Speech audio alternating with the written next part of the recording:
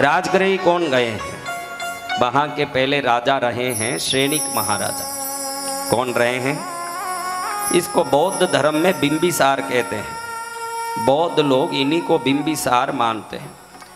ये श्रेणिक महाराजा के दरबार में एक चीन का कंबल का व्यापारी आया। कौन आया? ये व्यापारी आके राजा को कहता है कि मेरे पास 16 रत्न कंबल है। मैं सोचा कि यहाँ बिक जाएगी तो चीन से आया हूं, आप खरीद लें। कितने रत्न कंबल? राजा ने कीमत पूछी तो उसने बताया कि 2 लाख सोने का मोहर। कितना? तो राजा ने बोला कि मेरे पास 2 लाख सोने का मोहर नहीं, एक कंबल का 2 लाख सोने का मोहर। तो 16 का कितना हुआ भाई व्यापारी, बताओ? 32 लाख हुआ ना। तो वो बोलता है कि मेरे पास 2 लाख भी नहीं है, क्योंकि जो मेरी कोष में पैसा है ये तो प्रजा का है, उसको मैं खर्च नहीं कर सकता। तो मैं कैसे करूं भाई, मेरे से नहीं होगा। कंबल का व्यापारी सोचा कि जिस देश का राजा ही ये चीज नहीं ले सकता, उस देश में ये कहां से बिकने वाला है। अगर सिर ही नहीं देख पाया किसी वस्तु को आंख से, तो हाथ पैर देख पाएगा क्या? हाथ पैर में आंख है क्या? तो राजा ही अगर ढीला हो तो उसकी प्रजा कैसी होगी, ऐसे सोच के वो वहां से निकलने लगा। चलते चलते गलियों में जा रहा था तो रास्ते में खड़ी खड़ी शालीभद्र नाम के एक युवा कुमार की माँ ऊपर झरोके से झोंक रही थी, ऐसे झांक रही है। नीचे ऊंटों पर एक एक ऊंट पर एक रत्न कंबल लदा हुआ है। 16 ऊंट लाइन से निकल रहे हैं। कितने ऊंट? ये देखें कि इतने ऊंटों पर ये क्या चमक रहे हैं हीरे पन्ने की तरह, ये क्या है? अपने दासी को नीचे भेजी के क्या चीज जा रही है। आप लोग भी नीचे गाड़ी में कोई तुरई वाला भिंडी वाला जाएं तो कौन जा रहा है देखने लगते हो ना सब्जी। तो उसने भेजा आदमी को कि कौन, दासी को भेजा कि कौन है देख क्या। वो आके बोला, दासी ने बोला कि ये 2 लाख रुपए स्वर्ण मोहर का एक कंबल लेके एक एक ऊंट पर 16 कंबल लाद के कोई आदमी जा रहा है। तो शालीभद्र की माँ ने बोला मेरी तो 32 बहुएं हैं। कितनी? यानी शालीभद्र 32 औरतों से शादी किया हुआ था। इतना सुकुमार था कि अपने 7वें मंजिल से कभी नीचे ही नहीं उतरा, जन्मा 7वें मंजिल में उधर ही रहा। इतना सुकुमार के पैर नीचे रखे तो सीढ़ियों में पैर दुखेगी, इसलिए माँ ने ऊपर ही पाला पोसा। शादी भी 7वें मंजिल में ही हुई और 32 बहुएं भी 7वें मंजिल में ही रहने लगी। ये सोची कि मैं 16 कंबल ले लूं, लेकिन बहुएं 32 है, क्या करूं? फिर सोचा लेते हैं। उस व्यापारी को बुलाया कि ये कंबल दे दो। उसने बोला माँ जी ये 2 लाख सोने मोहर का एक है, राजा ने मना कर दिया है, जहां राजा नहीं ले रहा आप क्या ले पाओगी? वो बोले अरे तुम पहले पैसा गिन ले फिर उतारना। मुनीम जी को आदेश दिया कि जो इसके लिए 32 लाख सोने का मोहर गिनो। मुनीम ने फटाफट 32 लाख सोने का मोहर गिना। ये जो 16 ऊंट जा रहे थे, ये 32 लाख सोने के मोहर ले जाने के लिए और 16 ऊंट जोड़ना पड़ा उसमें। इतने माल दे के भेजा। तो कंबल वाला देखता ही रह गया कि बाप रे ये सेठानी में कितना दम है। लेकिन सेठानी सोचती है कि कंबल तो 16 है, बहुएं कितनी है महाराज? कितनी है? अभी 32 बहुओं में 16 कैसे चलें? इसलिए आधा आधा टुकड़ा करके बड़े प्रेम से बहुओं को बुला के एक एक को एक एक टुकड़ा दिया कि बहुओं ये कंबल पर जो ये रत्न कंबल है इसको बिछा के आनंद लो। बहुओं ने देखा कि टुकड़ा दे रही है सासू। ध्यान रखना, इस जीवन का एक नियम है, व्यक्ति अच्छा या बुरा नहीं होता, आपका विचार अच्छा या बुरा होता है। व्यक्ति अच्छा बुरा कैसे होगा महाराज? अगर अच्छा बुरा होता कोई व्यक्ति तो पूरे लोग बीजेपी में ही होना चाहिए, या तो पूरे लोग कांग्रेस में होना चाहिए। कोई बीजेपी को वोट डाल रहा है, बोल रहा है बीजेपी अच्छा है, कोई बोल रहा है मोदी जी पेट्रोल के भाव बढ़ा रहे हैं, अच्छे नहीं है। अगर एक को अच्छा लग रहा है दूसरे को अच्छे नहीं लग रहा है तो जरूर व्यक्ति में कोई खोट नहीं होगा, विचार में ही कोई खोट होगा। बहू माँ ने जो बड़े प्रेम से सासू माँ ने दिया था, बहुओं को बड़ा खराब लगा के टुकड़ा दे रही है। ये इसको कैसे रखें? रत्न कंबल जो 2 लाख सोने महर के रत्न कंबल थे, पैर पहुंच पहुंच के उसको बाहर फेंक दिया बहुओं ने। अब एक फेंकती है तो दूसरा देख के क्या करेगी? अरे तू फेंके तो मैं क्या रखूं? होड़ा होड़ी चली, सबने बाहर फेंका। संयोग ऐसा हुआ कि उसी समय राजा को उधर से निकलना हुआ। जैसे ही वो निकल रहा है, देखा रास्ते में कुछ चमकती चीजें पड़ी है। उसने सोचा कोई देखी हुई चीज है, याद आया ये तो वो रत्न कंबल है जो मैं मना किया, ये क्या है, पूरे के पूरे यहाँ पड़े हुए हैं। घर के अंदर आदमी भेज के राजा ने पूछा तो मालूम पड़ा कि बहुओं ने पैर पूछ के फेंक दिए हैं। तो राजा ने सोचा कि जिस कंबल को मैं एक नहीं ले पाया, उसको 16 तो खरीद भी लिया और पैर पहुंच के फेंक भी दिया, तो इस औरत में और उसके जो बेटा है जिसके लिए लिया गया है उसमें इतनी ताकत कहां से आ गई, जितनी राजा में लेश मात्र ताकत नहीं, इतनी ताकत कैसे आ गई, ये सोच के राजा श्रेणिक भ्रमित हो गया। और वो ब्रह्म में ही सीधा जाकर के समूह शरण में पहुंच गया, जहां भगवान महावीर त्रिकालदर्शी भूत भविष्य वर्तमान के ज्ञानी महायोगी महासिद्ध पुरुष विराजमान है। वहां जाकर के ये हाथ जोड़ के भगवान को त्रिकरण शुद्धि से नमस्कार करके अपनी जिज्ञासा पूछता है श्रेणिक राजा के भगवान, रास्ते में मैंने देखा कि जिस कंबल को मैं एक नहीं खरीद सकता था, उसको 16 खरीद के शालीभद्र की मां ने फेंक दिया गली में। इतना वैभव जो राजा के पास नहीं हो, ऐसा वैभव कैसे आ गया? तो भगवान भूत को भी जानते हैं, भविष्य को भी जानते हैं, वर्तमान को भी जानते हैं। वो कहते हैं, क्या कहते हैं? श्रेणी, एक छोटा बच्चा था। क्या था? उसकी एक माँ बड़ी गरीब थी, घर घर जाके कपड़ा धोना, बर्तन घिसना, उससे जो दो थोड़ा बहुत खाना मिल जाए, 2 रुपया मिल जाए, उससे घर चलाती थी। इसका एक छोटा बच्चा, गरीब घर कैसे होते हैं महाराज? महाराज क्यों इतना सब इनाम देते हैं? हम कल ही आपको बताए कि आपने 1 मिनट में 2-3 लाख रुपया इनाम के लिए दे दिया तो आपको लगे कि ये तो 500 रुपया है। आपको मालूम नहीं होगा कि इस 500 के लिए कोई व्यक्ति इतना तड़पता होगा, उसकी माँ बीमार पड़ी होगी काट में, और ये 500 नहीं होने के कारण वो अंतिम सांस गिन रही होगी, और ये 500 नहीं होने के कारण दवाई नहीं ले पाता होगा। ऐसा भी होगा। चीजों की कीमत तो उसको जानने वाले ही जाने, और कोई नहीं जान सकता। आपके लिए 500 बड़ी चीज नहीं है, लेकिन ये जो अभी लाइन में लग के लेके गए, आपको लगे कि 1000 रुपया महाराज ने दे दिया। वो 1000 किस जगह उनके लिए प्राणदायक संजीवनी बनेगी, राम जाने ना, वो खुद जाने, और कोई नहीं जान सकता। वो छोटा बच्चा जो इस स्त्री का था, एक दिन कहीं जाके देखा कि कहीं घर में खीर बन रहा है। क्या बन रहा है? खीर को देख करके इसके मन में लगा कि खीर बहुत सुगंधदार चीज है, मेरी माँ ने तो ऐसे कभी नहीं खिलाया, मेरी माँ तो पटोलिया खिला रही है, आटे को गर्म करके नमक डालती है और उसमें पानी मिला के पिला देती है, यही तो खिला रही है। तो ये क्या चीज है? उसमें से केसर का सुगंध आवे, इलायची का सुगंध आवे। छोटा बच्चा ललचा गया, घर वालों को बाहर से पूछता ये क्या बन रहा है? ए चल चल भिखारी, कहाँ आके यहाँ खड़ा हुआ? खीर बन रहा, उसको सूंघने आ गया, नजर लगेगी हमारे घर को, निकल यहां से। सुन लिया कि खीर बन रहा है। क्या बन रहा है? क्या अपने घर जाके बोले, माँ मुझे भी खीर बना के दे।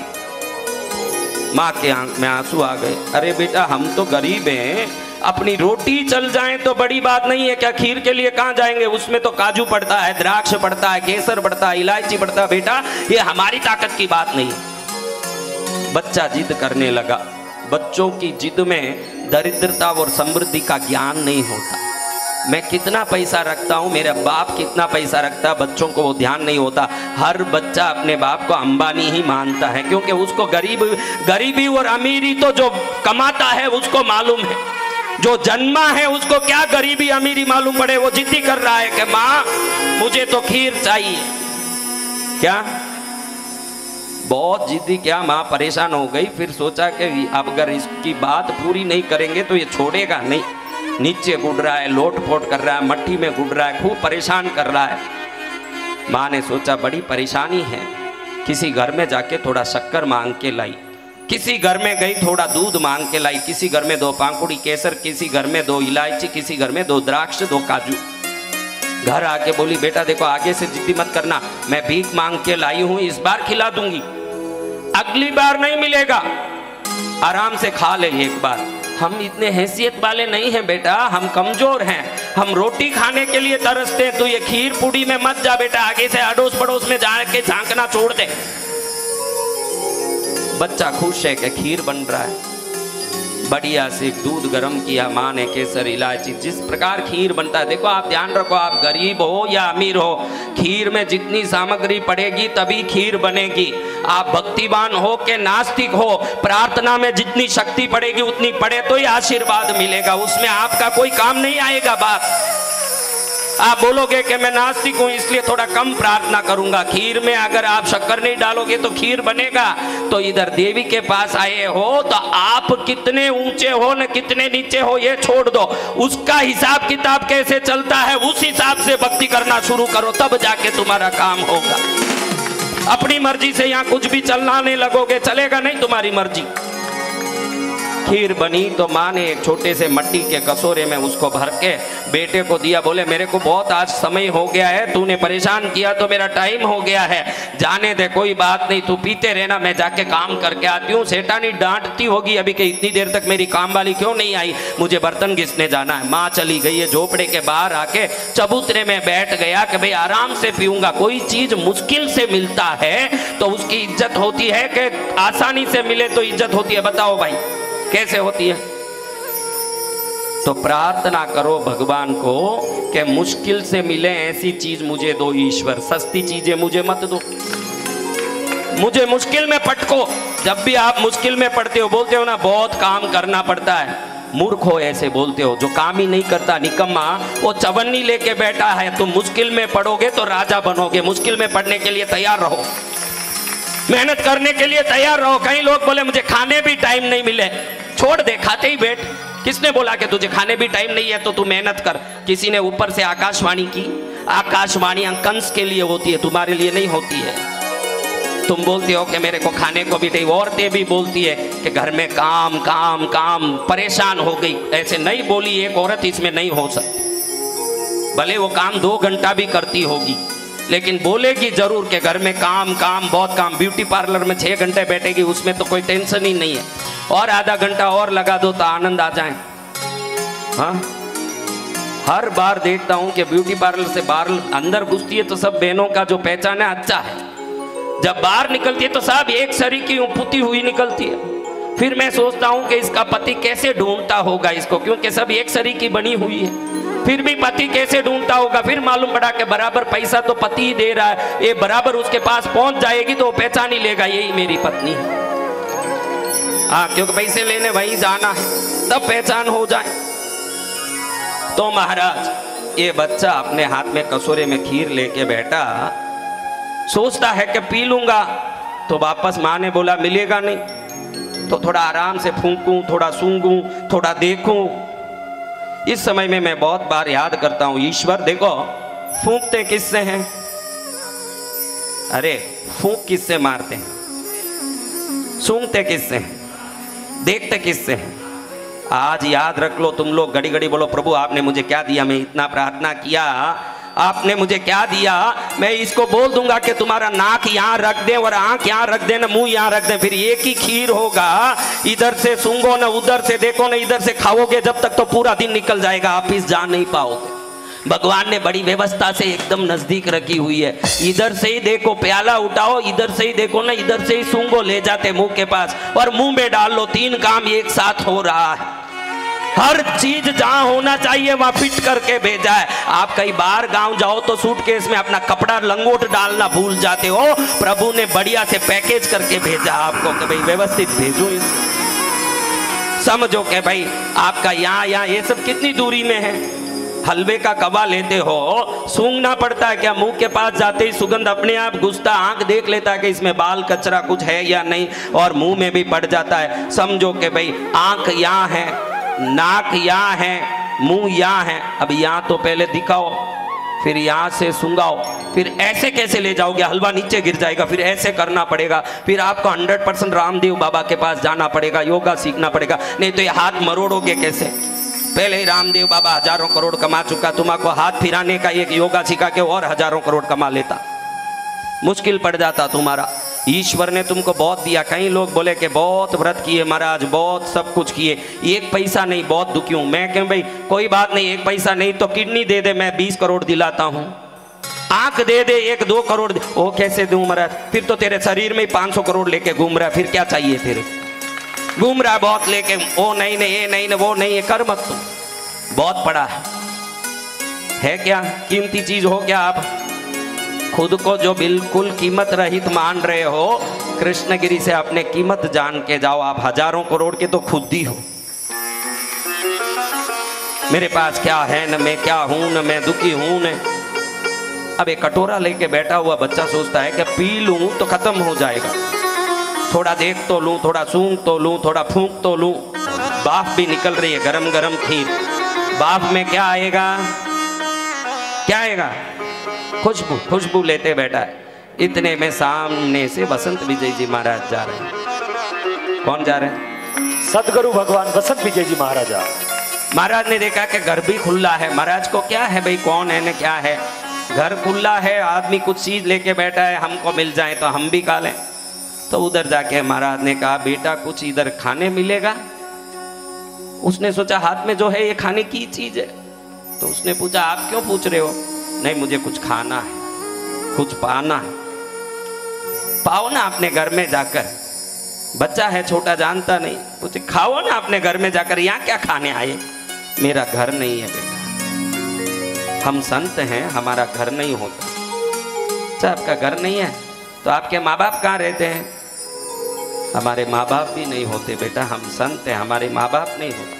अच्छा आपके माँ बाप भी नहीं है, घर भी नहीं है, आप तो मेरे से भी गए बीते हो। मेरा तो झोपड़ा तो है, मेरी माँ तो है, कहीं जाके 2 रुपया कमा के तो आती है मेहनत से, के तकलीफ से मुझे राजा की तरह रखती है मेरी माँ। देखो मैंने सुबह बोला कि खीर चाहिए, खीर चाहिए। पहले तो मेरी माँ बोली कि मिलेगा नहीं, लेकिन मैंने बोला चाहिए चाहिए, मेरी माँ खीर भी लाके दे दी। आपकी तो माँ भी नहीं है, आप तो बड़े दुखी लग रहे हो मेरे।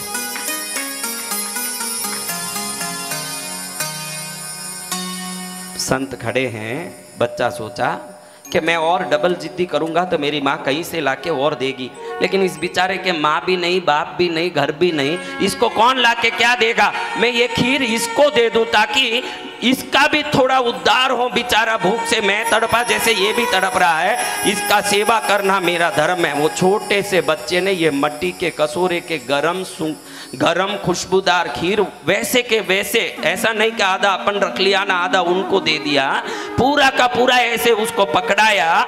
ये बात बोल के भगवान महावीर सैनिक को कहते हैं, वही बालक जिसने ये खीर का जो टोकरा उस साधु को दिया, वही बालक अब शालीभद्र बना है इस जन्म में। वो खीर दान देने के पुण्य से, वो पुण्य आज उसको ऐसे कर दिया कि राजा भी जो कंबल नहीं खरीद सकता था, उसकी माँ इस बच्चे के पुण्य से 16 कंबल, क्या 1600 कंबल खरीदने की ताकत रखती। दान देते हो, पूजा करते हो, भक्ति करते हो तो इन सब का परिणाम आता है। ये बराबर विश्वास करके काम करिए। अगर आप में विश्वास होगा तो विश्वास का तरंग काम करेगा। पैसे में कोई तरंग नहीं है, तरंग विश्वास का है। अगर 2 रुपया इधर जा रहा है तो ये 2 रुपया मेरे जीवन के पुण्य को बढ़ाने वाला बनेगा। ये भाव आ गया तो दिया हुआ खीर शालीभद्र को प्रकट करेगा। एक मट्टी के कसूरे का खीर अगर किसी शालीभद्र को प्रकट कर सकता है तो हमारी भक्ति हमको कहीं भी ले जाके स्वर्ग तक पहुंचा सकती है।